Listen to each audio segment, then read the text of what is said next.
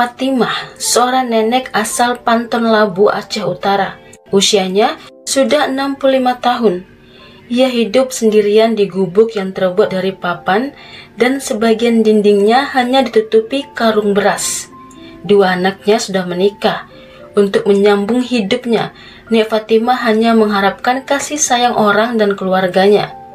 Sepanjang hidupnya, Nek Fatimah ada dalam kemiskinan. Bahkan ia masuk daftar warga yang mendapatkan bantuan orang miskin. Di akhir hayatnya, takdir menetapkan jika ia meninggal karena dibunuh. Bahkan, pembunuhan itu terjadi di dalam rumahnya.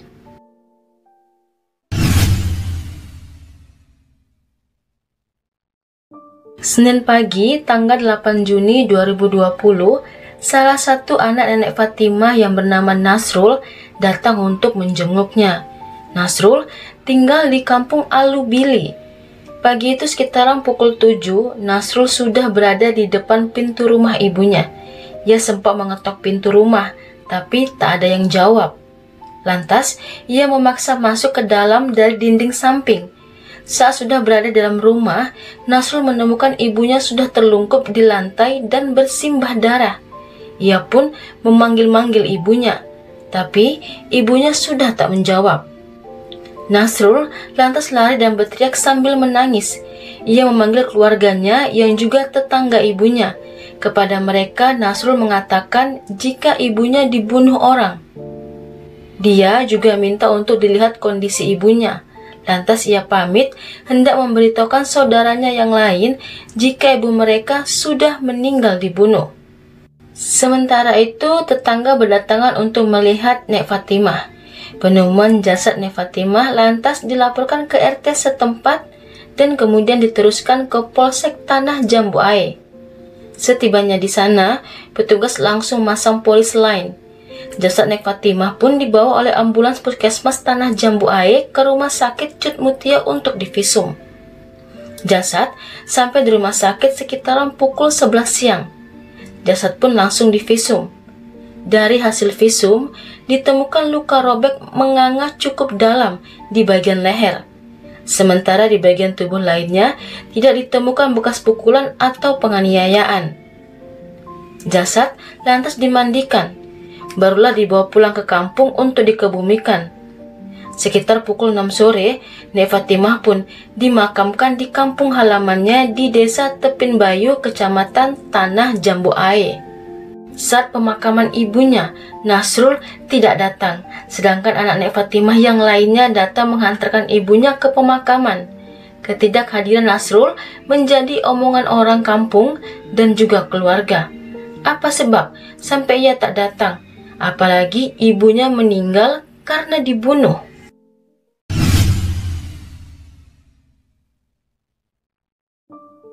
Di rumah Nek Fatimah, polisi mulai melakukan penyidikan. Rumah mulai diperiksa dari luar dan yang ada di dalam. Polisi menemukan sebilah pisau di samping rumah. Dan ada hal yang membuat heran polisi. Mengapa pintu rumah keadaannya terkunci? Jika pintu terkunci, dari mana masuknya pelaku? Penyidikan pun masih dilanjutkan dengan meminta keterangan dari keluarga sekitar rumah dan tetangga. Namun, polisi masih belum menemukan ciri-ciri pelaku. Lantas, dua anak Nek Fatimah pun dimintai keterangan. Namun mungkin karena pengalaman penyidik, Nasrullah yang cukup mencuri perhatian pihak penyidik. Apalagi dialah orang yang pertama yang masuk ke dalam rumah. Dan mengapa rumah masih terkunci? Dari mana Nasrul masuk? Untuk menyinkronkan keterangan Nasrul, istrinya pun juga dimintai keterangan. Dari istrinya diketahui jika Nasrul sudah pergi dari rumah jam 5 pagi. Penyidik sepertinya yakin betul jika Nasrullah pelakunya.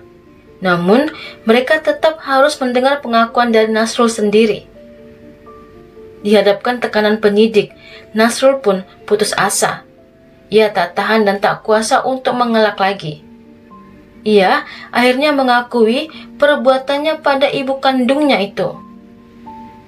Nasrul pasti punya alasan mengapa ia sebegitu teganya pada wanita yang sudah melahirkannya itu.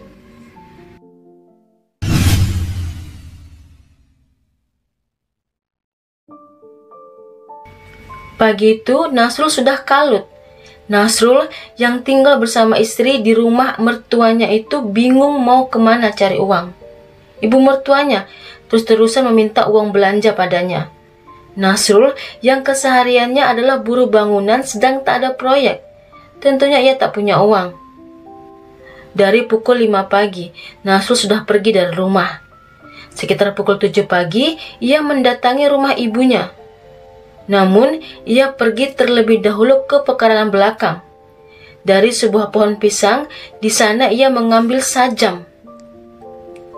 Setibanya di dalam rumah, saat itu ia minta uang kepada ibunya, Nek Fatimah, sebesar 300.000. Wanita berusia 65 tahun itu mengaku tak punya uang. Mendengar itu, Nasrul meminta uang 20.000 untuk membeli rokok. Nek Fatimah tetap tak memberikan uang kepada putranya itu, lantaran ia juga lagi tak ada uang. Nasrul yang sedang kalut lantas menghunuskan sajam yang tadi ke arah ibunya. Melihat itu, Nek Fatimah pun pasrah. Ia pun berucap kepada anaknya, "Golok saja leher saya, biar saya masuk surga." Nasrul malah makin mengamuk. Ia lantas menarik rambut ibunya dan kemudian menyerang leher ibunya dengan sajam. Nek Fatimah pun jatuh terlentang dalam kondisi kritis. Melihat ibunya kritis, ia malah membalikkan tubuh ibunya menjadi posisi terlungkup. Ia pun pergi meninggalkan ibunya. Lantas, Nasrul pergi ke kedai kopi di kota Panton Labu. Saat di sana ia memesan kopi. Namun, sebelum diminum, ia bergegas pergi balik ke rumah ibunya. Nasrul gelisah. Ia pun mengatur strategi agar dirinya selamat. Nasrul lantas ke rumah ibunya. Saat itulah ia bersandiwara perihal ibunya itu. Nasrul berpura-pura sedih, seakan-akan tak tahu musibah yang sudah terjadi.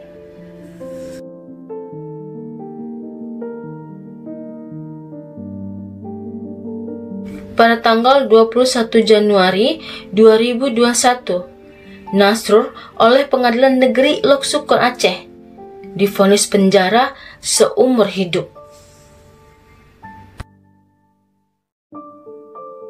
Hai semuanya, saya Yuni Rusli. Tentunya saya mengharapkan dukungannya agar channel ini bisa lebih berkembang. Karenanya, saya menunggu kritik dan sarannya. Kalau begitu, sampai di sini dulu kisah dan cerita kali ini. Terima kasih sudah menonton. Mohon maaf jika masih ada kekurangan. Sampai ketemu di kisah dan cerita lainnya.